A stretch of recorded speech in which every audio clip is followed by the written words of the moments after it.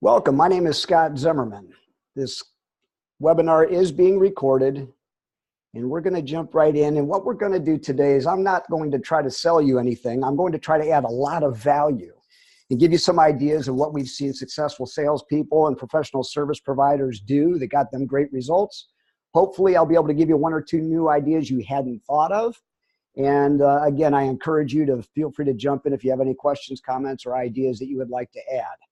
On the screen, I don't need to read to you people. You can see what we're going to cover today. So I'll leave it up here for a couple more seconds, then we're just going to jump in and knock these out in order. Almost everything that our company does is based on the Platinum Rule.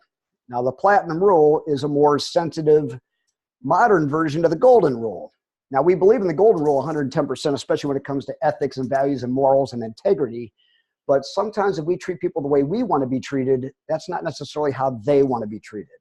So the Platinum Rule just simply says, do unto others as they would have you do unto them, or treat people the way they would like to be treated.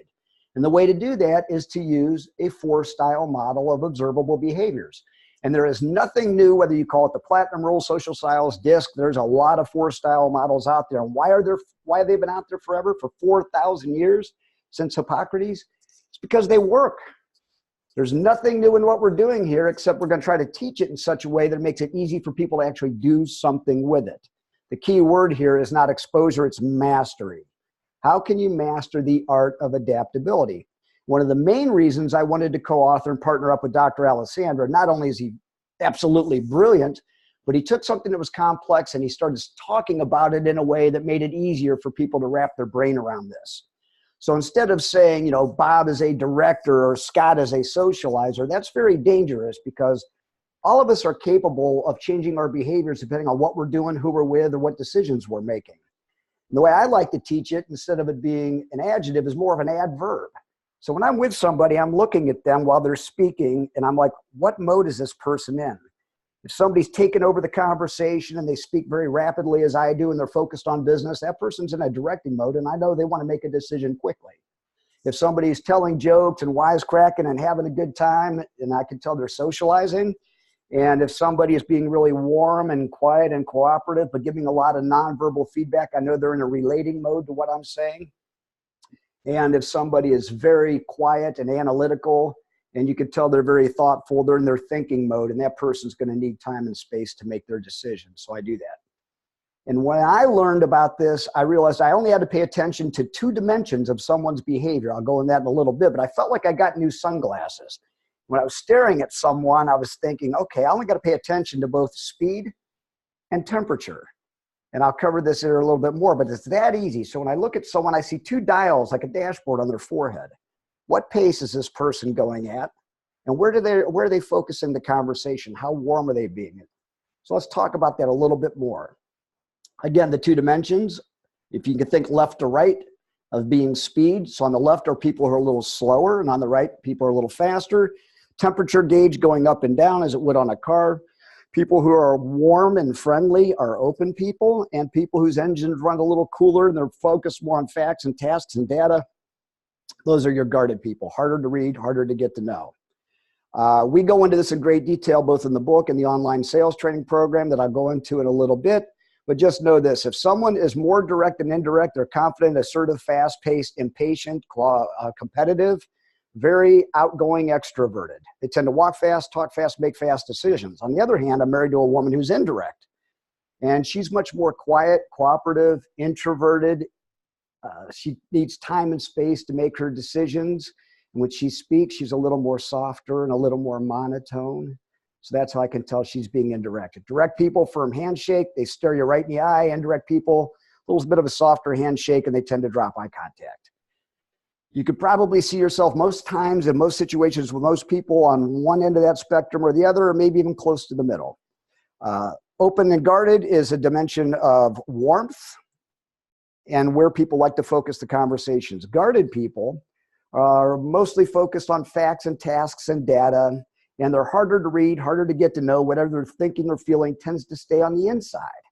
On the other hand, some people are more people-focused instead of task-focused, and relationship-focused, and they're more like an open book. Whatever they're thinking or feeling on the inside tends to come out.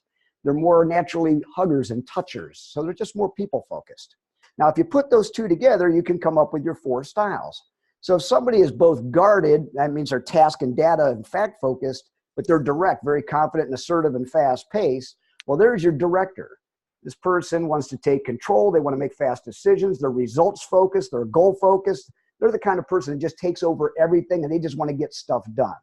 Now, if somebody is direct and fast paced, like your director, but they're more fun and friendly and people focused, that's your socializer. Life of the party, tells great jokes. And generally speaking, socializers are generally speaking, usually about their favorite subject themselves. Very easy to sell to. As soon as they see what they want, they buy it, but they suffer from buyer's remorse because they didn't think it through well enough, and they need a lot of hand-holding after the fact. Now, if someone is open like the socializer, warm and friendly, but they're indirect, more quiet and cooperative and shy and demure, this is your relator. My wife's a relator. I love that about her. Very loyal, very team-focused. Takes a while to make a decision because they want to know how it's going to impact other people, how it's going to impact the team. They need all the facts first, then they need to know how it's going to impact other people emotionally. They're the only one of the 4 style that usually goes to both the head and the heart to make a decision. Now, if someone's indirect like your relator, but they're guarded, fact, data, that is your analytical thinker. These people need time and space to make decisions. They are going to shop whatever it is you are providing them, and they want facts and data and case studies, and then they're going to go shop whatever it is you present to them. If you're in a conversation with a thinker and there's even one little downside to what it is you're presenting or suggesting, and you're not the one that brings it up and they find it later, you're done with them. You've lost trust with them forever. So if there's any downside to what you're suggesting, be the one to bring it up with a thinker and you'll get along just fine. So that's a little overview of the platinum rule. And if you can learn how these people like to have a conversation, how they like to make decisions, you can absolutely make small adaptations and you can lower interpersonal tension while increasing levels of trust. So it's a quick overview of what the platinum rule is, of, again, giving the other person what they want in the relationship. So I want to talk a little bit now about what's changed in the last 20 years or so, and it was the internet. And as we all know now that people really don't need or want to talk to a salesperson, they can get on the internet and shop like crazy and learn to become self-educated. So this is why it's more and more important today for us to not only differentiate ourselves and get that top of mind so they do call us when they're thinking about buying, but it's also more and more important to take advantage of every opportunity and increase the odds that we're going to go ahead and get the order from that person. I'm going to talk a lot about how to do that. Before I jump in though, I have no problem with things like CRM, and there's a space for those things in our world.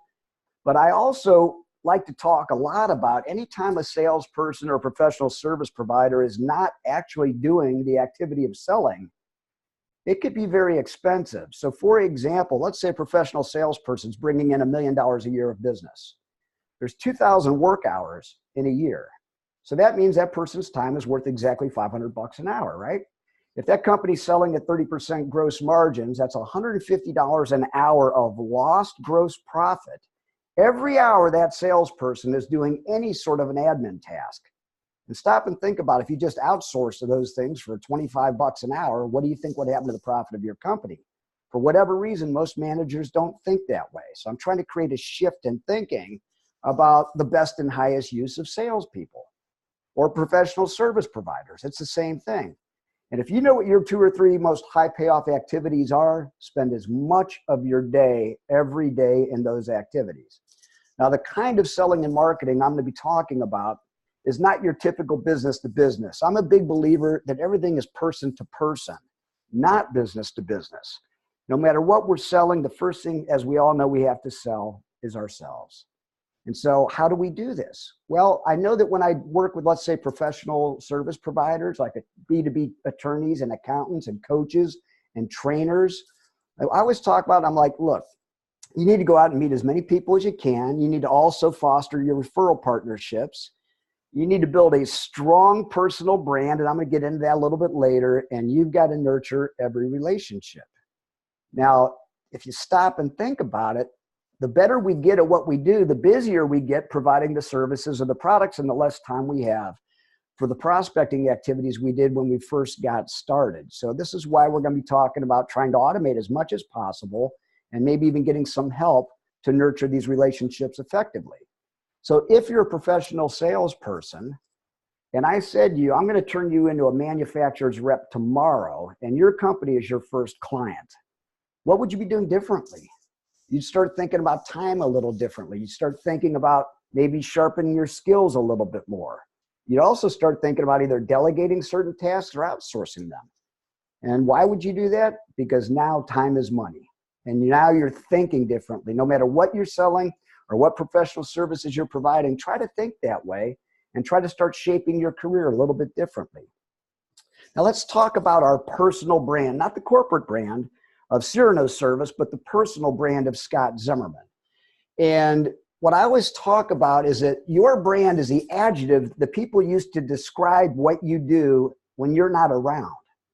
So I would love for people to say, when I'm not there, boy, one thing about Scott, he's one of the most helpful, well-read people I've ever met. And if you were to call Scott, he won't try to sell you anything, but he'll try to recommend a book or a product or a referral, just whatever it is, he's going to try to help you. So I wanted my brand to be someone that's kind of helpful, like a search engine. Call Scott. He already has probably read the book or he knows what you should be doing. And the beauty of personal branding is that no matter what you've done in your past, you can start a new one tomorrow. Because everybody you're going to meet that's new has no clue what you've done in your past. Our brand, like a cattle, is not burned, it's earned. People are going to judge us and view us by our actual behaviors and not what we say, but what they see us do. And again, if you put the adjective with the function, there's your brand. Now I'm going to talk about the gap of good intentions. I love this. We have all, and no matter what our sales capacity is, we've thought about one of our old contacts, one of our old friends, one of our old clients, and we're driving down the road and poof, the thought is gone. And 2 weeks later, we face palm and like, oh, I never did call so-and-so, or I should have sent that blank to this person, but we didn't. And in most cases, we tend to get really good at prospecting and even converting if you get great at a consultative, adaptable sales process and even delivering on what we sell. It's the nurturing where things tend to fall apart, especially if you're a professional salesperson, because typically those salespeople are more directed than indirect, which means they're confident, assertive, goal-directed, but those same behavioral styles hate details and routine. So they're built like a lion, not like a farmer. They'll go out and hunt it, kill it, drag it back to the cave and brag about it. But to get them to spend time in that greenhouse nurturing these little seeds into plants, you are pushing a big rock up a steep hill.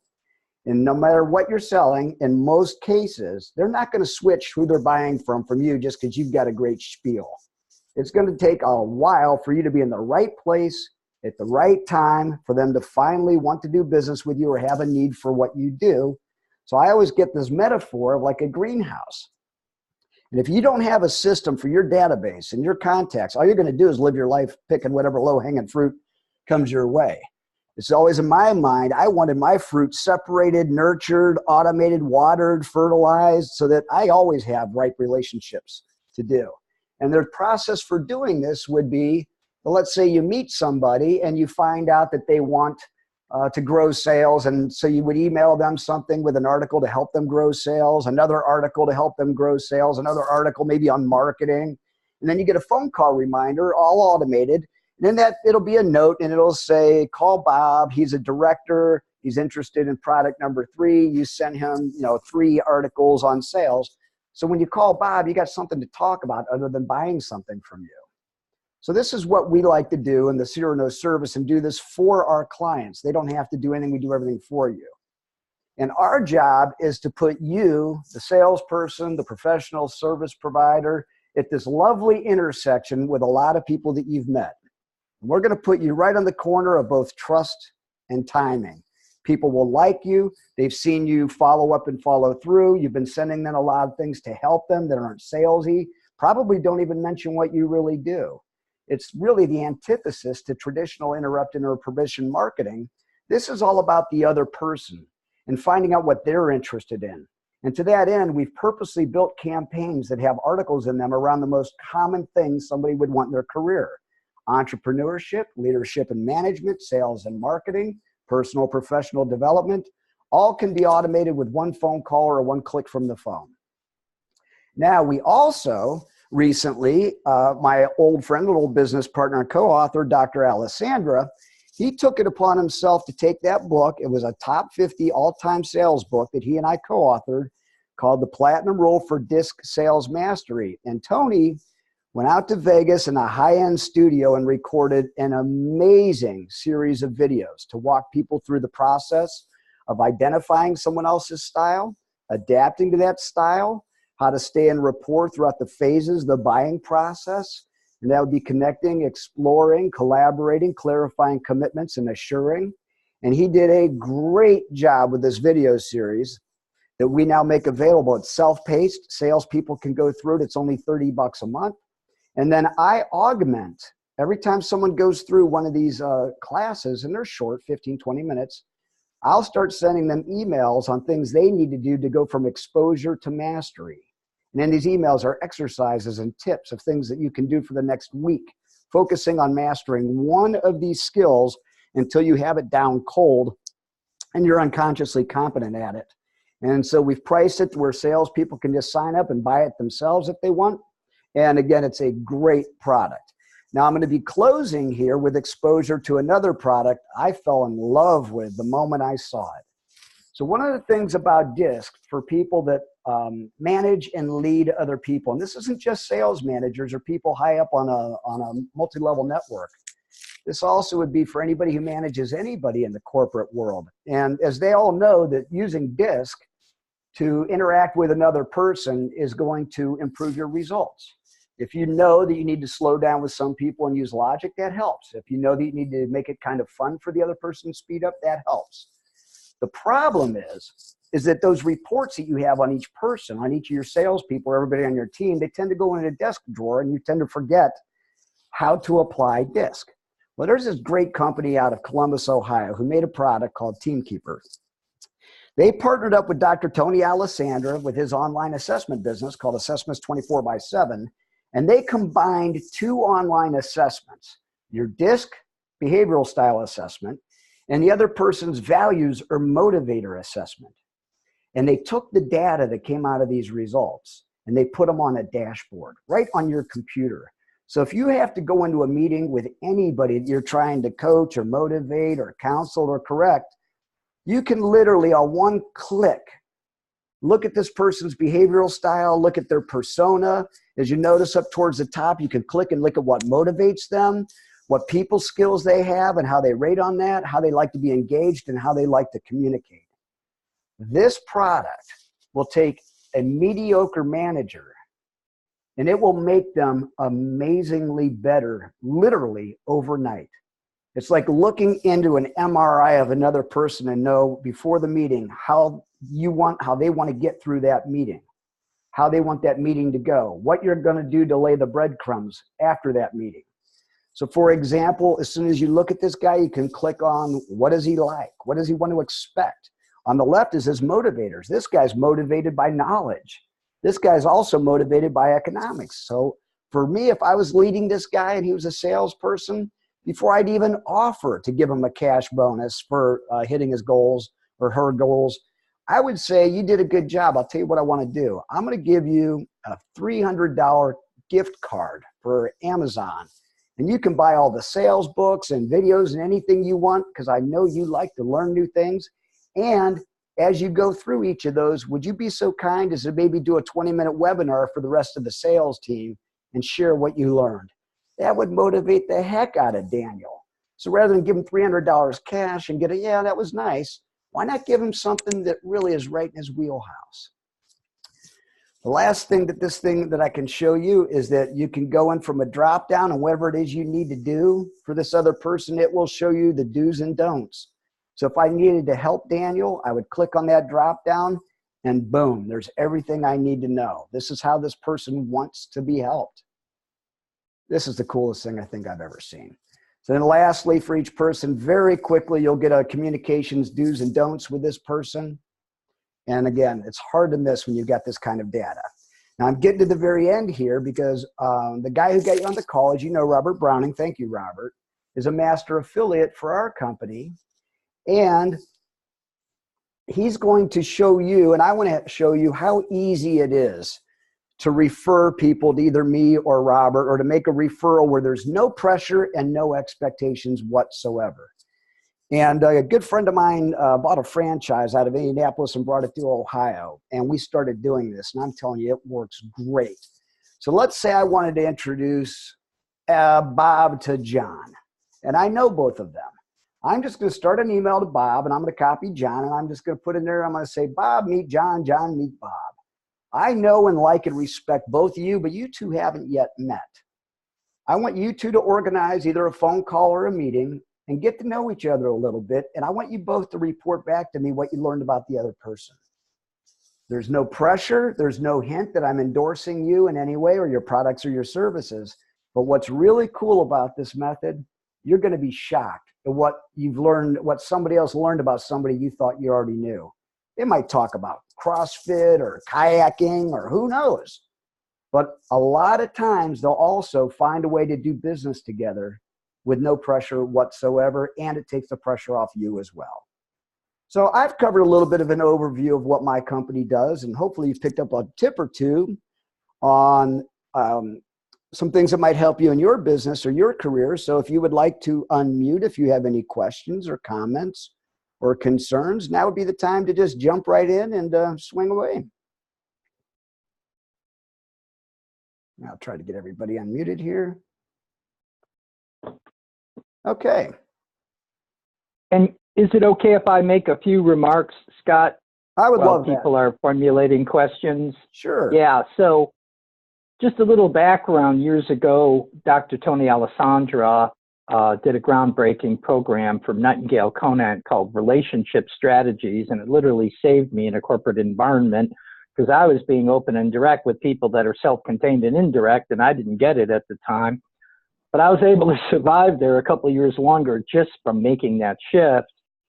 And the Cyrano system, there's so much more to each of the elements that Scott articulated, and he's given you the, the quick and highlighted version, but I'm going to just mention a few bullet points of my own, because the Cyrano service can send communications to people, your prospects, in a way that addresses their style and how they even need to receive a letter in the first place or a communication, and as well as the simplicity of automating something. And you didn't mention the pricing structure for entry to that service. Did you want to share that now? No, because I would like this video to still have legs in case something changes down the road. I don't want to back and all right. If we lower our price or everybody we approach with says, oh my gosh, that's too cheap. I don't want this dated. Robert, you I got it. Up. I'd like, could I just drill down a little bit more on what you said? Yeah, please. Okay, not only can we, once you've identified this prospect as one of the 4 styles, the messages can be written in such a way that are much more easily digestible. So if they're a director, they want a headline and 3 bullet points and a call to action. The socializer loves reading testimonials from famous people. The relator wants stories, and the analytical thinker wants case studies, facts, and data. We did an experiment with Brian Tracy, who is one of Tony's resellers of assessments, with Brian and Tony's, and they were both selling these online personality types or behavioral style assessments. So they would give a free assessment, and then they would send you back an email that says, congratulations, you're a director. Here's some bullet points about what your strengths, and here's some things you should look at. Buy the report. It's 63 pages. It's $50. And they were sending the same email back with the same offer. And I'm like, guys, they just told you their style. And they said, well, rewrite it 4 different ways. So I did. And we measured the same 3-month period from after I made the change to the same quarter the year before. Brian Tracy's conversion went up 540%. So 5 times as many people whipped out the credit card and bought the $50 assessment. Tony's went up 1,640%. That's how impactful it is to know when and how people like to make decisions and how they like to buy. And then other thing too is that it's almost always the case, depending on what you're providing or selling, that you just naturally like working well with 1 or 2 of the 4 styles. It is entirely possible to write your marketing copy and your USP in such a way that it just naturally attracts those 1 or 2 styles and naturally repels the one you didn't want to work with anyways. So thank you for bringing that up, Robert. Scott, I've got a question. Yeah, thank you. Sure, jump in. So yeah, I understand the DISC assessment. I've actually taken it myself, but I wonder, how do we get that information about our prospect into the system? Or how do we, just the prospect doesn't take the survey. How do we get that in there so we know this about them? You listen to how they speak and you watch how they behave. So we practice making that assessment ourselves and click the check boxes to tell you that as we use the Cyrano system. Correct. Or if you're just calling it in, you can say, hey, flag this person as a thinker. Here's the products they're interested in. Start them on this campaign, and then remind me when I call back that this person is a thinker. And we just take care of all that. And that was the purpose of the online sales training. And I'm glad you brought that up. Thank you. Is the DISC sales training goes in depth how to identify the mode someone is in, and then I give you the chance to practice through the emails that I send out that support each module. But you'd be surprised how fast people get good at this by just, because in the practice, I have them watch sitcoms or a movie, or even when they're in a mall, and I'm going to say, see which one's dominating the conversation. There's your direct person. And so you just can practice everywhere. And for example, everyone that's been invited to this, and a number of people will get a copy of this recording, is either they have a company where they possibly could use some of the attributes and the 3 key pieces that Scott talked about today, or they're building an organization. Let's say in your case, Marcia, network marketing, and you have your 10 leaders, and usually it just takes several people that are excited about as you to build a really great business, right? And if somebody's committed, part of that commitment is maybe they agree to do the assessment, and you could lead your team. But there's things that give you an edge in the marketplace, and just like the example with Brian Tracy, who is one of my favorites, and of course Dr. Tony, et cetera, that you can increase your results by this simple shift and get access to this tool. And anyone who wants to know more about it will offline in a one-off conversation get into what you want to do and how it could look for you, and I'll support you in that. And then, and Scott's always willing to jump on a meeting to see how it could fit in your organization and company. But I consider this stuff exciting for me, because I know the impact, and the 2 biggest reasons people go out of business is they can run out of money or not enough sales. And so it's almost like sacred work here. If I can help people greatly increase sales, it makes a difference in the world. Well, Robert, I love what you said, and I'll address this for Marcia, because if I were in a network marketing business, I would recruit everybody I could, but I would start pairing them up. So I would take somebody who's really direct. That person will go out and talk to anybody and everybody, but they won't follow up and follow through. And then I would take that indirect person who really doesn't want to go out and meet a lot of people, but I would have them run the systems and the support in the background for that go-getter. I would take advantage of both styles myself. Scott, this is Marcia. Yes. Very interesting concept, what you just said, because I noticed that just naturally. We all know what our strengths are, and then we know where we tend to fall short in the process. And so I tag team a lot with my team members now. Somebody wants to do, face-to-face presentations, but they sure can't do anything technologically. So I'm doing the back end in that regard, for instance. And here's a question. Is the information sent via email or text, or can we choose a text option? We're not currently doing text. We're waiting to see if the market wants to pay for that. But the emails come from that person. The recipient has no way of knowing that somebody didn't take the time, copy and paste an article and email it out. And so it comes from a person to another person. When they reply, it goes right back. Okay. Yeah, we're just finding more and more, texting is like 73% people look at and read their text messages versus email. So we're seeing that trend so strongly. And again, my background was business to business. That's starting to creep in, for managers, executives, salespeople. They're getting more comfortable giving out their personal cell phones, but still it's been proven our emails are getting opened and they are getting read. It is not unusual for our emails system-wide, all the users, to have open rates in excess of 100%. Because not only will somebody open it and read it because it's about them. So Marcia, if I meet you and I promise to find something to help you with sales, and then I follow up and I send you something that says, I thought of you when I read this, it's kind of like seeing yourself in a group photo. You just have to open it and see what Scott found for me.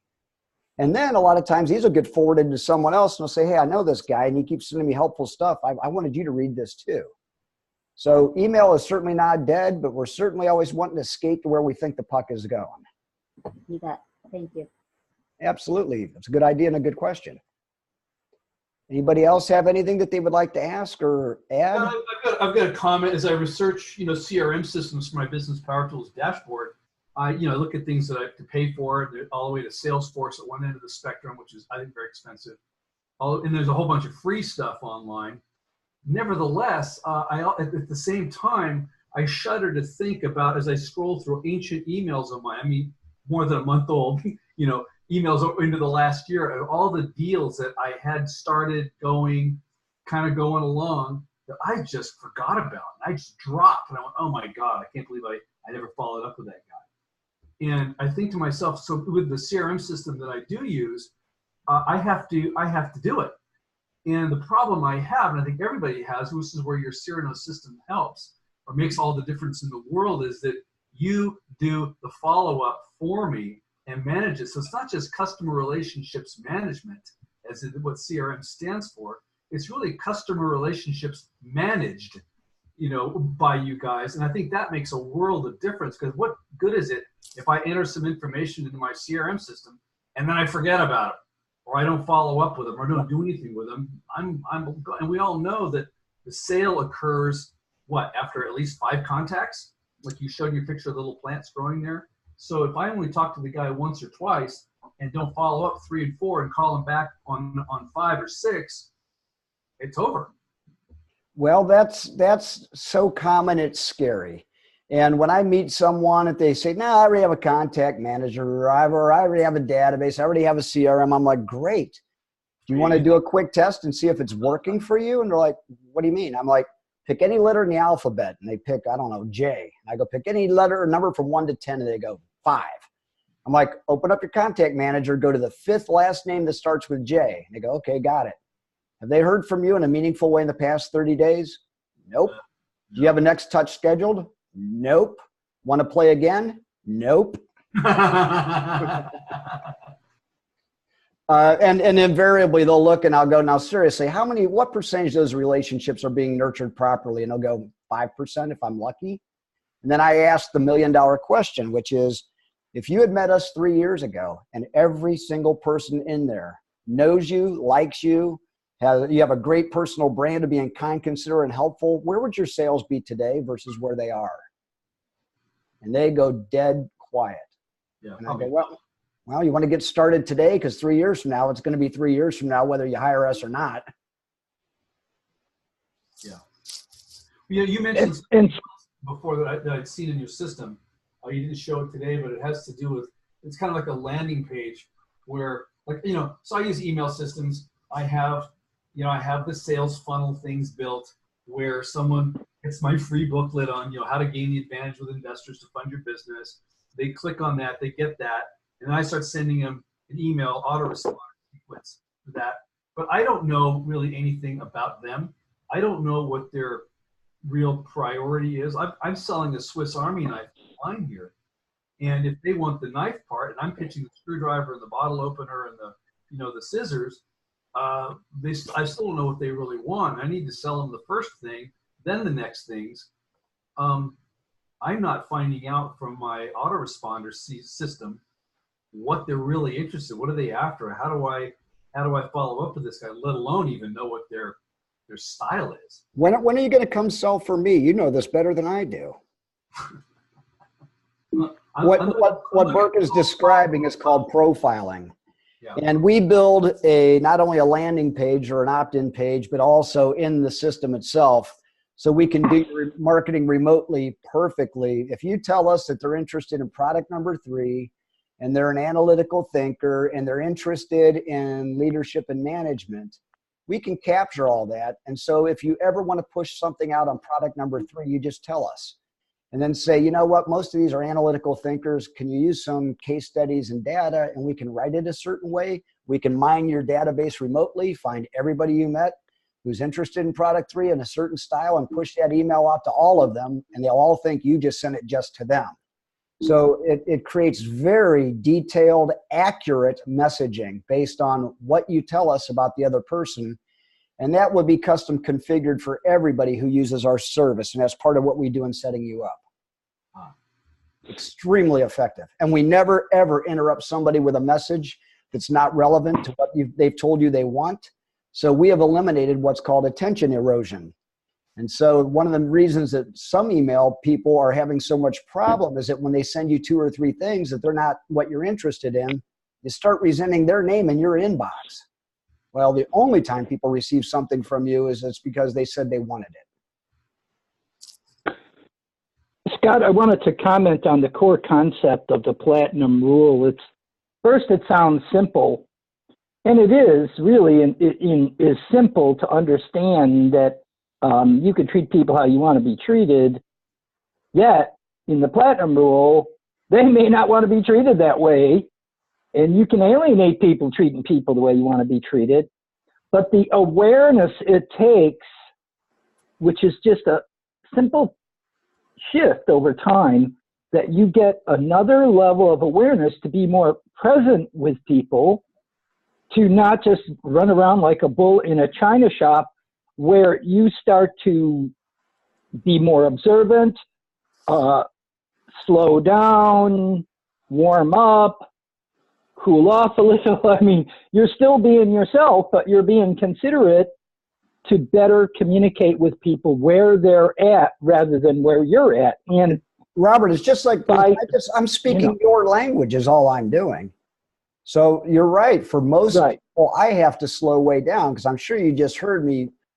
It was probably like drinking from a fire hose for the first half hour as I just went at a machine gun pace, right? That's my natural pace.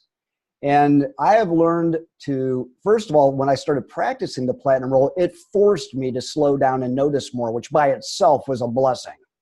People started saying, wow, you're a much better listener than you used to be. What they didn't know is I was sitting there trying to figure out what mode they were in. But with a little bit of practice, it comes almost naturally.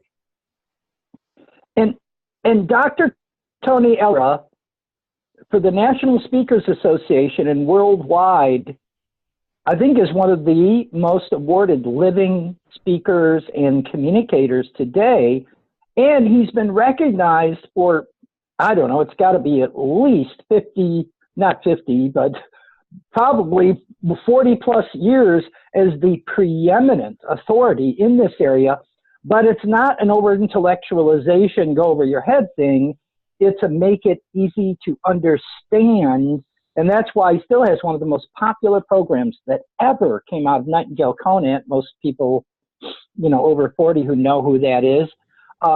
In that, and so Scott, not only to come up with his highly innovative Cyrano system, which is, that's why it's into we'll do it for you, because it has so much capacity. It's, it's like as simple or as advanced as you want to be, but to make it simple, and in today's world with his, his whole look at the economic model of time and salespeople, but having Dr. Tony associated with this and his training and his system and all of these innovations, because this one-to-one type of business and personal branding, initially Scott was way ahead of his time. His time is now. When people get it, they just need the big clunk to understand the power of what he's talking about. So, one of the things does that make? Yep. I'm sorry, someone else, please. I was going to say, one of the things that what this is driving at, really, what you've implemented here is, and it's all the rage, everybody's talking about it, is simply emotional intelligence. And it's having the emotional intelligence, like you say, to speak to them in their language. I could go all day long like I am, but that's not being emotionally intelligent. If I want to get through to them, I got to be on their channel. And so this is what you've got here is a CRM system with emotional intelligence built into it, with live management helping you out behind it. And it's cheaper than any VA, virtual assistant, or assistant I could ever possibly hire. Well, I'll use a round number, but let's just say that we do everything for the customer, the client, the salesperson, or sales professional, professional service person. We're under $500 a month. And when I tell people, I go, let me ask you a question. Would you hire me? And if you do, I will square away your database. I will bring your dormant relationships back to life. I will organize the contacts. I will nurture all of your contacts for you. I will organize your daily phone call reminders and put little sales tips in there on how that person wants that call to go. I'll do everything for you. I'm only $75,000 a year. Would you hire me? Would you make money if you hired me and I nurtured every relationship for you? And invariably they go, yeah, I'd make more than 75 grand. I'm like, well, I'm $500 a month. You want to get started? Yeah. And the distributor relationship means, in this context, people that can reach out to an organization and that you can help people get started this. There's also an opportunity in the sense that this call represents distributors, meaning you can get a percentage from the people you help. And if you're so inclined, you can even just direct some of that percentage towards you getting people that are really key to you doing assessments, do whatever. It actually not only helps you do great in your business, but we're talking about people that can benefit by opening up a bit to get part of the revenue share for seeing this for what it is and its value. And in your application, in more than a onesie sense, to, you know, a group of people, to a company, to your clients, whatever, that this is an opportunity by you not losing focus on your primary business, by just naturally using a great system that you can also create additional income for yourself, which is the kind of relationships I'm hoping for. Network marketing is one. Loran, he has a company where marketing is a key, and a lot of his companies include people that can use this kind of service in large numbers. Or Burke, who's helped over 2 million entrepreneurs launch their businesses. He can help these people be more successful. But he, you know, each person on this call today has opportunities for distribution if they see it and if they feel connected with this. And Scott is happy to talk to anyone one-off, as am I. So all you got to do is ask. Are there any other comments, Loranda? I know you've been quiet today. Can you share any feedback here? Oh, definitely, Scott. I'm curious about two things. One is the onboarding process. Can you talk a little bit about what is involved to take a person who is engaged in sales activity and automate them or help automate them with your process? And my second question relates to, it might be an observation, but it's more when a client, you're nurturing a relationship from the point of prospect then to a client. Can you talk a little bit about after client? Like, can this be used, or how can it be leveraged for ongoing support of that same? We got a room full of smart people. Great questions. Let's talk about onboarding. So somebody's been in their business or their life long enough to have built, you know, some database. I'll just say 1,500 names, contacts. We put those into a spreadsheet, and I say, segregate those for me. I want the people that you talk to all the time, where we don't need to send anything, but I want to give you maybe a quarterly phone call reminder so nothing slips through the cracks. Here's some people you know well enough to know what kind of articles they'd like to receive, and we're going to start sending those out on your behalf and putting in some phone call reminders. And then here's a whole bunch of people. You're looking at them, you kind of recognize the name, but you're scratching your head. And then I'd say, all right, well, we got 600 of these guys left over here. I want you to call them and reinvigorate the relationship. Leave a message and promise to send something to help them. And I know you're busy, so can you do what? 3 calls a day? And they go, yeah, I could do 3 a day. So we automate 3 phone call reminders a day. And in 200 days, they've worked through the list, only making 3 extra calls a day. And then when they're done making the call, they just tell us which campaign to start for that person. They leave a message and say, hey, been a while since we talked. I dropped the ball on my end, but you popped in my head again today. And if there's anything I can do for you, great. I'm going to send you an email, and I'll probably put a nice little article in there to help you out. My contact info will be in there, and hope to hear from you soon. Make it a great day. So we help them go through those 1,500 in a way that's fast and easy. And then your second question was the whole idea of why I wanted Cyrano to begin with. I was writing a book called Courting Corporate Clients. And it was this whole metaphor that the salesperson, the professional service provider is running around through town trying to not only get people to listen to them, that's the dating and the courtship process. And back to Burke's point, there's your 5 or 6 touches. Nobody gets married on the first date. But also, what do you do once they say yes? Because if you're treating them well to get them as a client, you better treat them just as well after you get them as a client.